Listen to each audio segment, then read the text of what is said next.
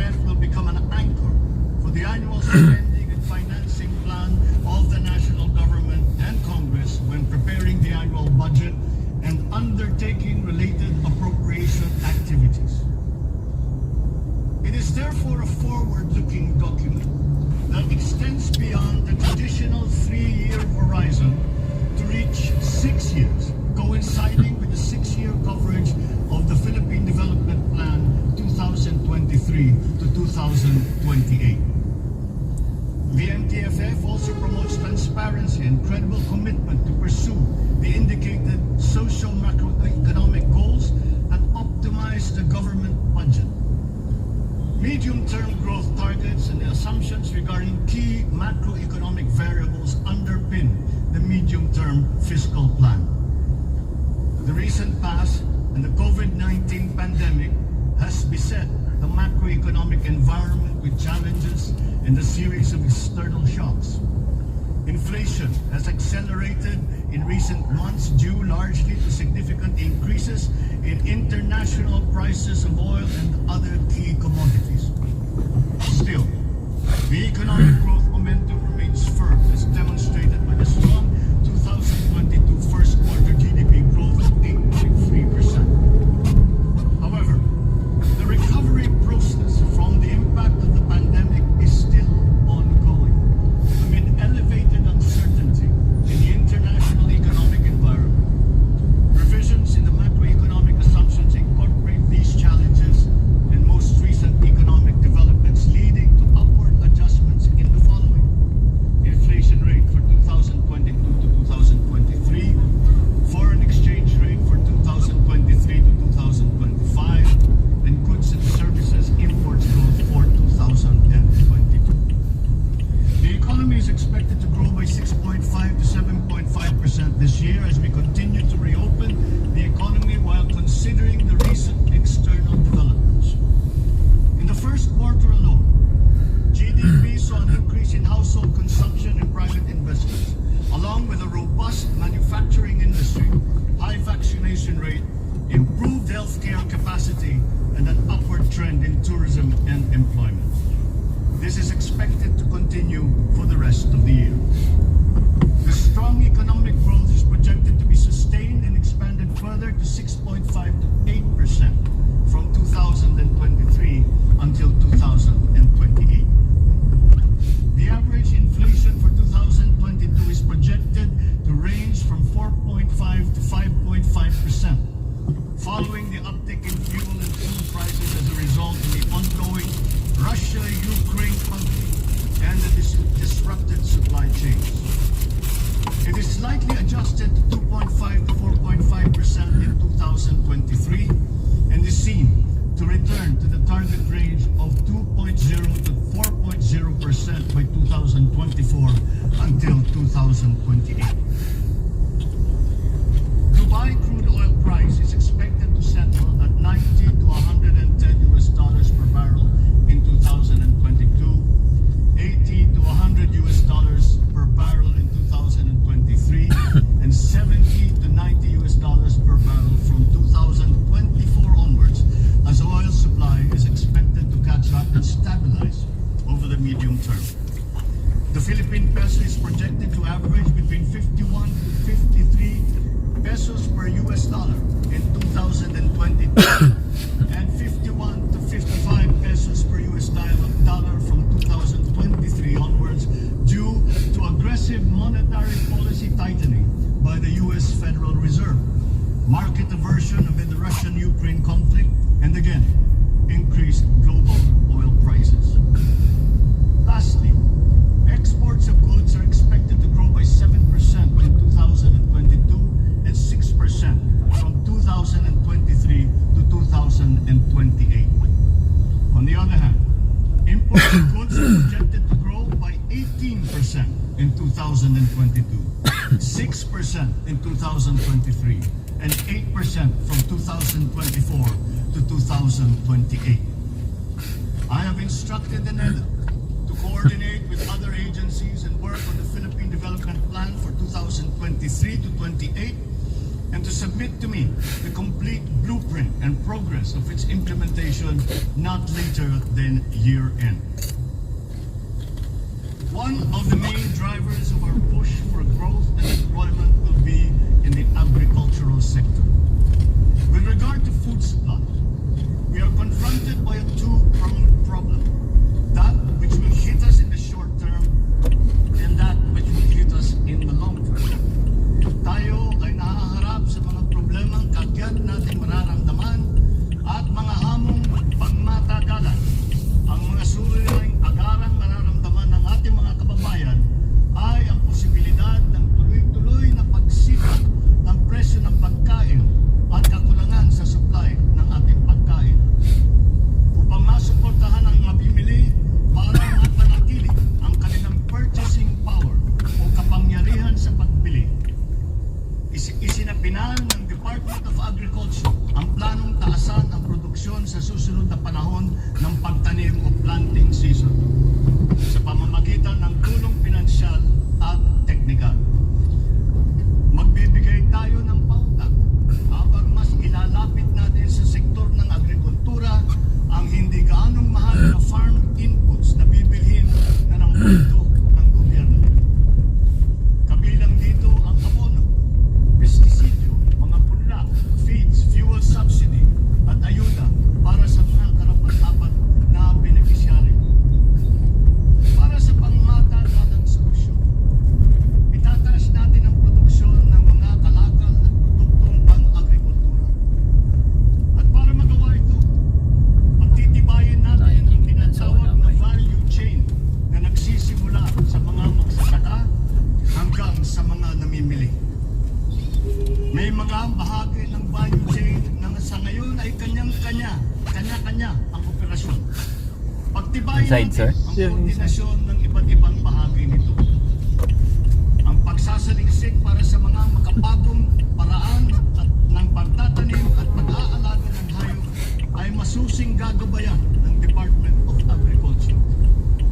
Ang produksyon ng farm inputs o mga kakailanganin ng mga magsasaka sa pagpapalago ng kanilang sakahan ay ating ihahayag sa mga hamong dala ng climate change at global warming.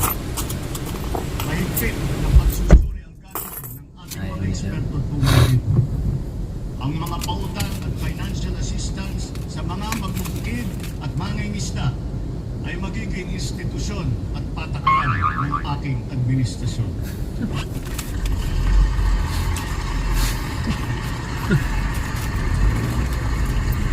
Ipapaprioridad natin ang modernisasyon ng mga sakahan sa pamamagitan ng mga makabagong teknolohiya para sa ating mga magsasaka. Atin palalawakin ang mga palaistaan, babuyan at manukan. Lahat ng ito gagamitan ng siyensya para tumaas ang produksyong agrikultural.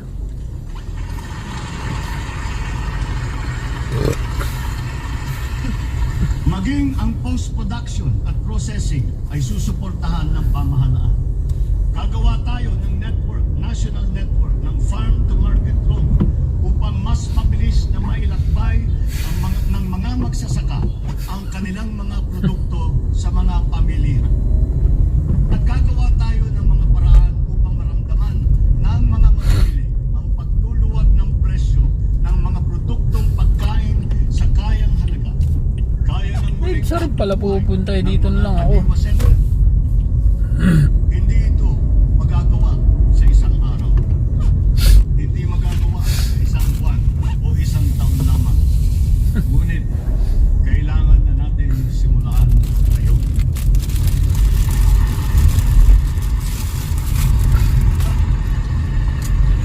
Ang agrarian reform program ay dapat magpatuloy. Agrarian reform is not only about acquisition but also about support services and distribution. To assist this, I intend to issue an executive order to impose a 1-year moratorium on the payment of land amortization and interest payments.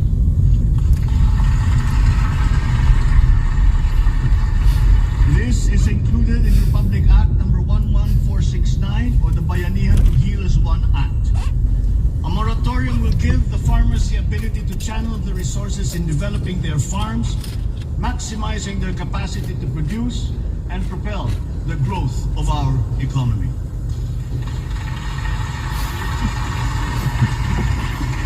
Civil society organizations also support this because it will unburden farmers to produce and be able to focus on improving farm productivity. Congress must also pass a law that will emancipate the agrarian reform beneficiaries from the agrarian reform debt burden, thereby amending Section 26 of Republic Act 6657. In this law, the loans of agrarian reform beneficiaries with unpaid amortization and interest shall be condoned.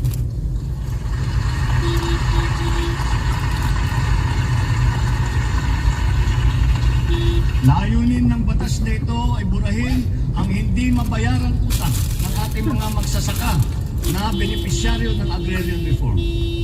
Agrarian reform beneficiaries who are still to receive their awarded land under the Comprehensive Agrarian Reform Program shall receive it without any obligation to pay any amortization.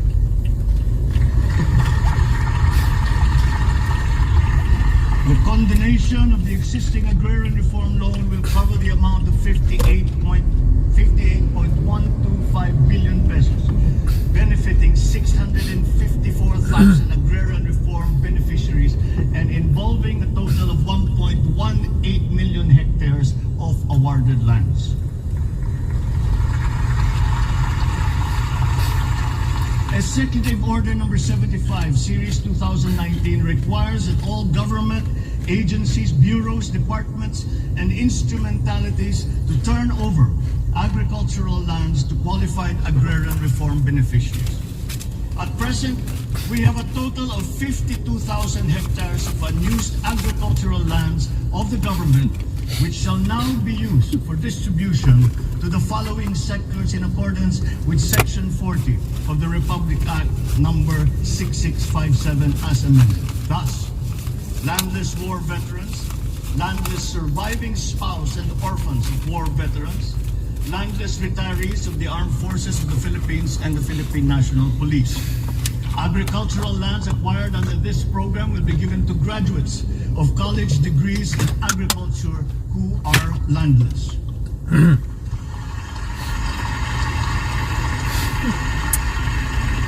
The call of the times is for the infusion of fresh and new blood in the agricultural sector.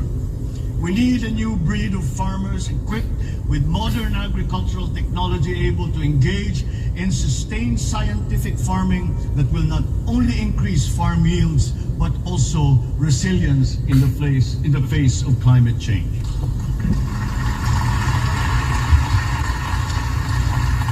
They say that each brand has a story.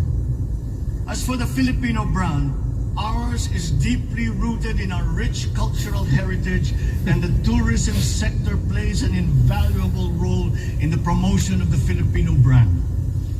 Tourism is not only an important economic development tool, but the abundance of opportunities that the sector creates in terms of regular employment and even job creation at the grassroots level is undeniable. Ay puto, dapat To doon na boost lang. our tourism industry, we will first and foremost make basic developments, such as road improvements for easier access to tourism spots.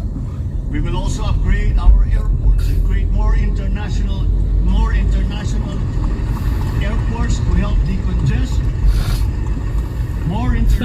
airports to help decongest the bottleneck in the Manila airport. We will also make it more convenient for travelers to go around the country, even to remote areas, to help promote undiscovered tourist spots. This program will be led by the Department of Tourism together with the Department of Public Works and Highways.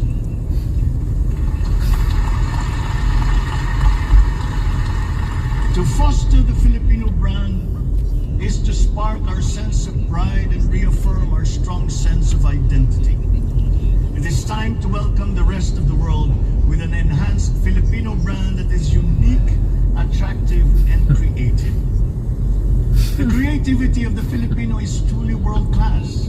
We excel in arts and culture, new media, live events, avenues which generate primary and downstream jobs for our creative and talented countrymen. Unfortunately, ang mga hanap buhay na ito ang unang pinadapa ng pandemya at ang pinakahuli namang makabalik sa normal. The creative industry likewise faces many challenges, including workplace conditions, working hours, intellectual property rights, and the welfare of our beloved freelancers who were left vulnerable during the height of the pandemic.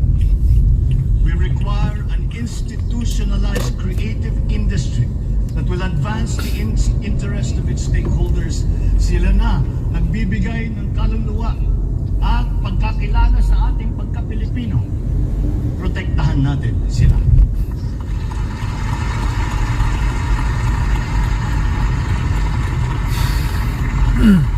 The Department of Social Welfare and Development has a large part to play in all of this. Magpapatuloy ang ating pagkalinga sa ating mga kababayan na lubos na nangangailangan. Hindi po natin sila pababayaan. Mangunguna sa pag-aagapay sa kanila ang Department of Social Welfare and Development. Utos ko sa DSWD ang mabilis na pagtugon sa pangangailangan ng mga biktima ng kalamidad at mga iba't ibang krisis.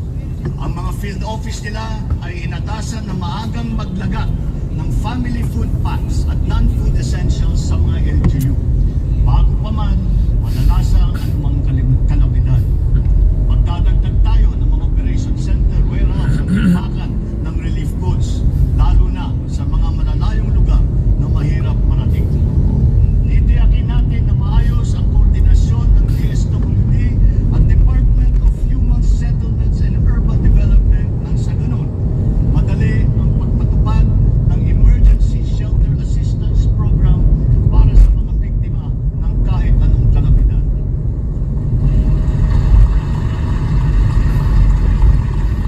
Pagtitibayan pa natin ang komprehensibong programang Assistance to Individuals in Crisis Situations o ang ating tinatawag na AICS para may parating ang tulong sa mas maraming biktima. Hindi natin papahirapan ang mga biktima ng krisis na tutulong sa ahensya. Gagawin nating simple ang proseso ng paghingi at pagparating ng tulong. Dahil hindi naman dapat dinadagdagan pa ang hirap ng naranasan ng ating mga mamamayan.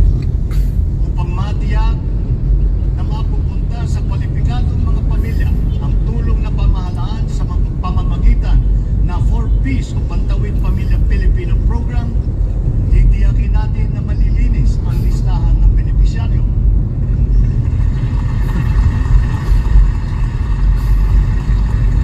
Higit na sa 1 milyong pangalan na ang nakapag-graduate na sa listahan.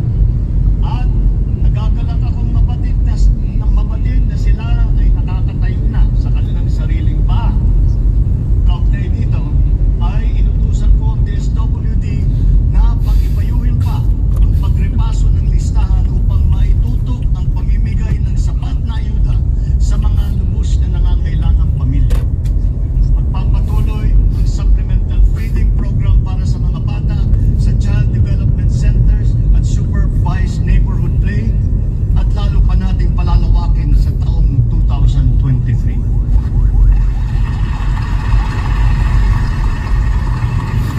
Hindi rin natin nakakalimutan ang mga solo parents at mga nanay na nahiwalay sa kanilang mga mister dahil sa karahasan. Pagtitibayin natin ang programa sa violence against women and their children. Kabilang na ang counseling para sa mga biktima, katuwang ang ating mga LGU. Tiyakin natin na sapat ang pondo sa halos 70 residential care centers at 7 non-residential care centers para sa vulnerable sectors at persons with disabilities na sumisilong dito. Sa ating sitwasyon ng pangkalusugan, naariyan pa rin ang banta ng COVID-19. Lalo't may mga nadidiscovering bagong variant ng coronavirus. Pero hindi hindi na natin kakayanin ang isa pang lockdown, wala na tayong gagawing lockdown. Ling! Dapat natin balansehin ng maayos ang kalusugan at kapakanan ng ating mga mamamayan sa isang banda at ang ekonomiya naman sa kabilang banda. Nakikipagtulungan ang iba't ibang ahensya ng pamahalaan sa pag-monitor sa mga COVID-19 hospital admission upang makatiyak tayo na may sapat na kapasidad ang ating healthcare system at maiwasan ang pagsipa ng bilang ng nagkakasakit. Patuloy din ang ating vaccine booster rollout para sa ating pangkalahatang depensa.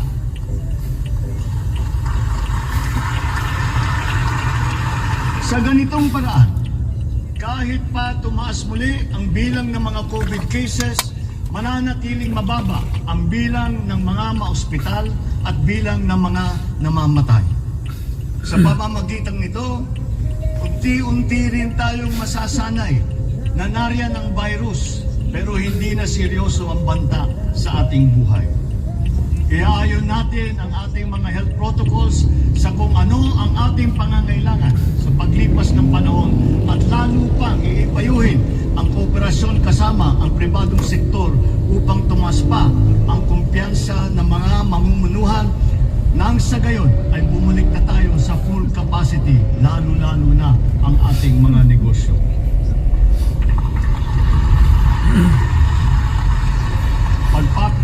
Pagbubutihan pa natin ang pagpapakalat ng tamang impormasyon ukol sa COVID, kasama ang kahalagahan ng bakuna. Mananatili muna sa ngayon ang alert level system natin. Pinapag-aralan natin ang ibang paraan ng klasifikasyon upang mas babagay sa kasalukuyang sitwasyon, lalong-lalo na sa pagbabago ng COVID. Sa pakikipagtulungan ng Kongreso, itatatag natin ang ating sariling Center for Disease Control and Prevention at ang isang Vaccine Institute.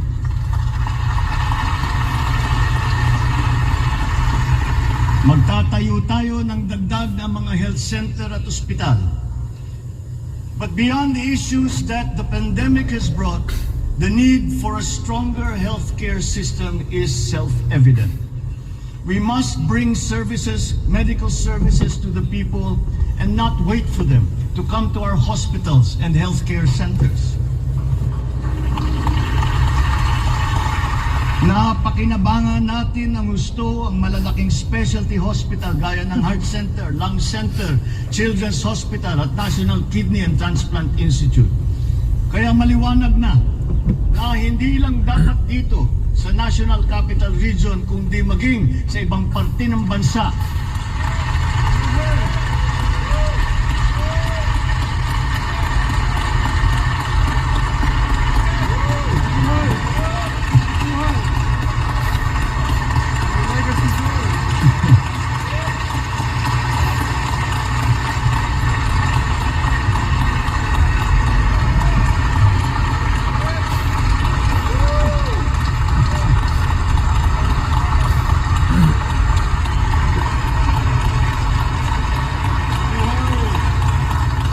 Maliwanag na hindi lamang dapat dito lamang sa National Capital Region kundi maging sa ibang parte ng bansa, kailangan magdagdag ng ganitong uri ng mga pagamutan.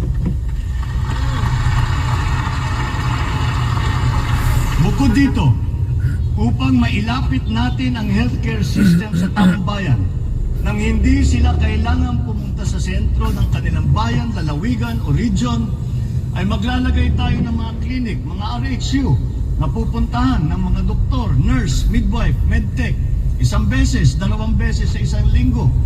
Nang sa ganon, magiging mas madali sa may karamdaman na magpapagamot nang hindi na kailangan magbiyahe ng malayo.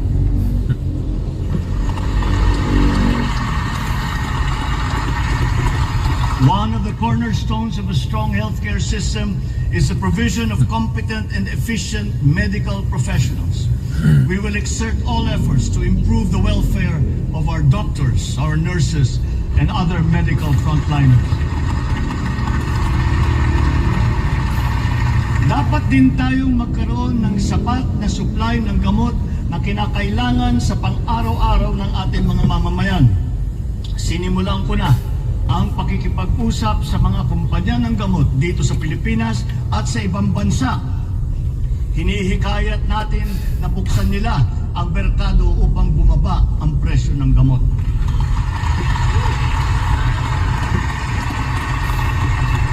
Halimbawa, kung mas marami ang mas murang generic o hindi branded na gamot sa merkado, mas bababa rin ang presyo dahil sa kompetisyon.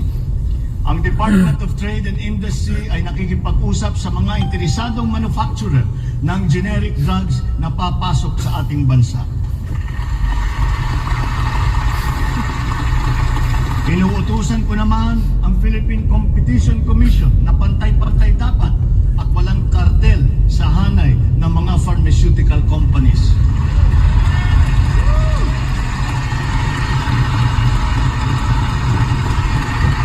Dahil kapag bukas ang merkado, bababa ang presyo ng gamot para mapakinabangan ng ating mga mamamayan. This is one of the hard lessons that we learned when the pandemic struck, and therefore we must act on that shortcoming.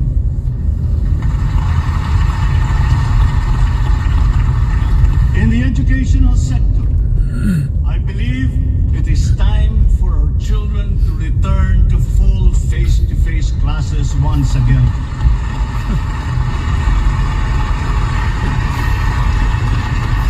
The Department of Education, led by our highly able Vice President Sara Duterte, is now preparing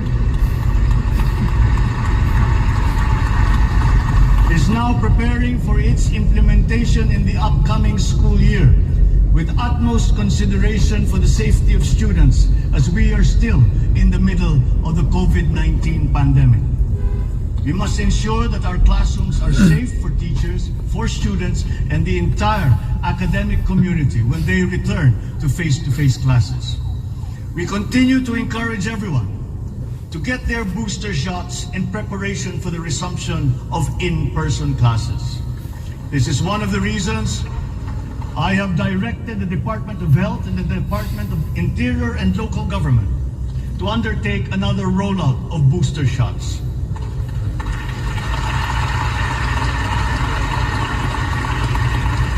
The condition and availability of schoolrooms for our students must also be addressed, again, in coordination with the Department of Public Works and Highways.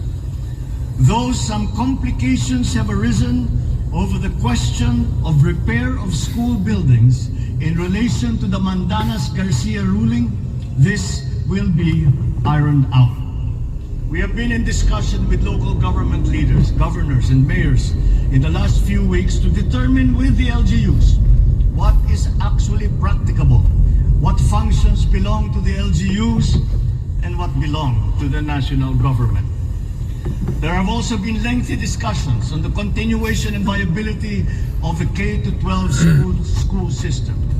We are giving this careful review, and all necessary inputs and points of view are now being considered. In the longer term, we are instituting a program of refresher courses and retrainings for our teachers so they can stay abreast of the rapid growth in technology, especially in this post-pandemic world. As for the horror stories that we have heard about the poor quality of educational materials and supplies that are being given to our schools, this must end.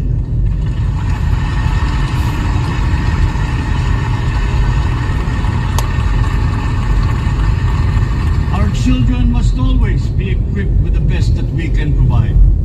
Ang edukasyon ay ang tangi nating pamana sa ating mga anak na hindi mawawaldas. Kaya anumang gastusin sa kanilang pag-aaral ay hindi tayo nagtitipid. Hindi rin tayo nagtatapon. And once again, I am not talking about history or what is being taught. I am talking about materials that are necessary for effective teaching in this day and age. Children now need connectivity to the internet. They need devices to use. They need computers, educational tools.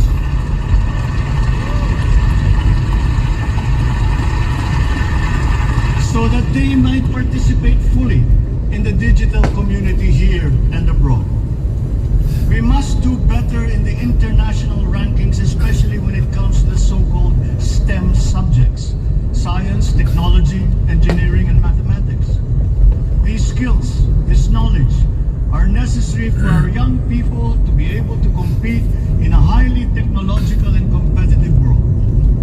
The raw talent is there in our young people. It is up to our educational system to develop and to refine that great pool of talent.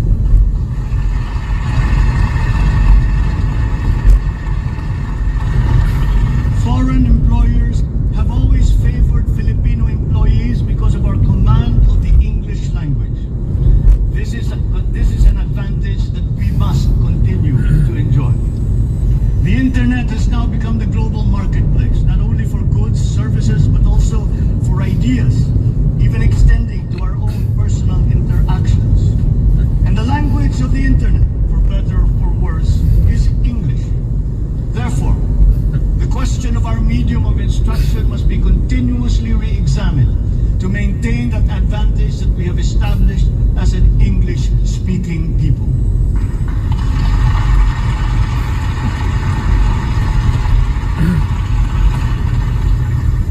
On a related subject, we are entering an age of exponential adoption of technology. It is the fourth industrial revolution. This will be characterized by the infusion of technology into almost every facet of our lives.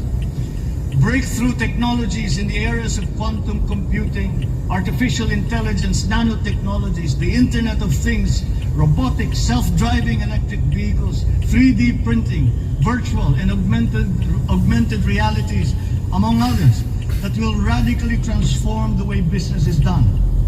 The scale and the speed at which these innovations are introduced universally into our everyday lives and activities is unprecedented in our recorded history. We cannot stand idly by. The mission of our Department of Information and Communications Technology is to identify and utilize these innovations to improve governance. It has the daunting task now of transforming our government into an agile bureaucracy that is responsive to the needs of the public. Provide good and solid data to ensure informed decision-making, as well as allow secure and seamless access to public services. The voluminous records stored in the government warehouses and archives have to be digitized. Those that are already stored in various inventories of data should be harmonized and shared across departments and agencies.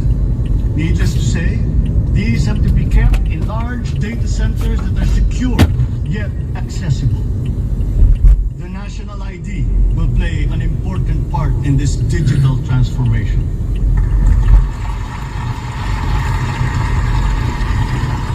For citizens to be able to seamlessly transact with government, their identity must be easily verifiable. We expect to issue 30 million physical IDs and 20 million digital IDs by the end of this year. The target is to accomplish the issuance of about 92 million IDs by the middle of next year. As the world moves into rapid digitalization, the digital divide will become more pronounced. The depth and breadth at which these technologies will be transformative in our lives is fully expected. This will open new opportunities for the creation of wealth, but will also likely create inequalities. Hence, universal connectivity will be a vital component in order to Sir, ensure wala akong that grab no pay card. citizen is left behind.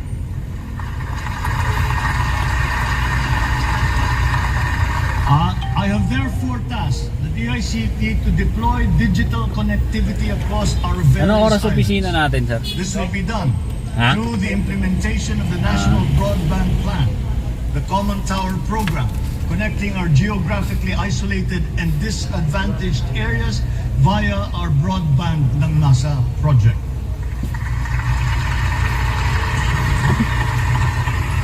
All relevant modes modes of digital transport should be utilized. These may be through a combination of terrestrial or submarine fiber optics, wireless, and even satellite technology.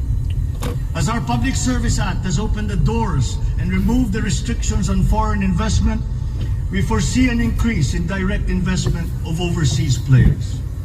This will translate into better quality, availability, and affordability of telecommunications services all over the country.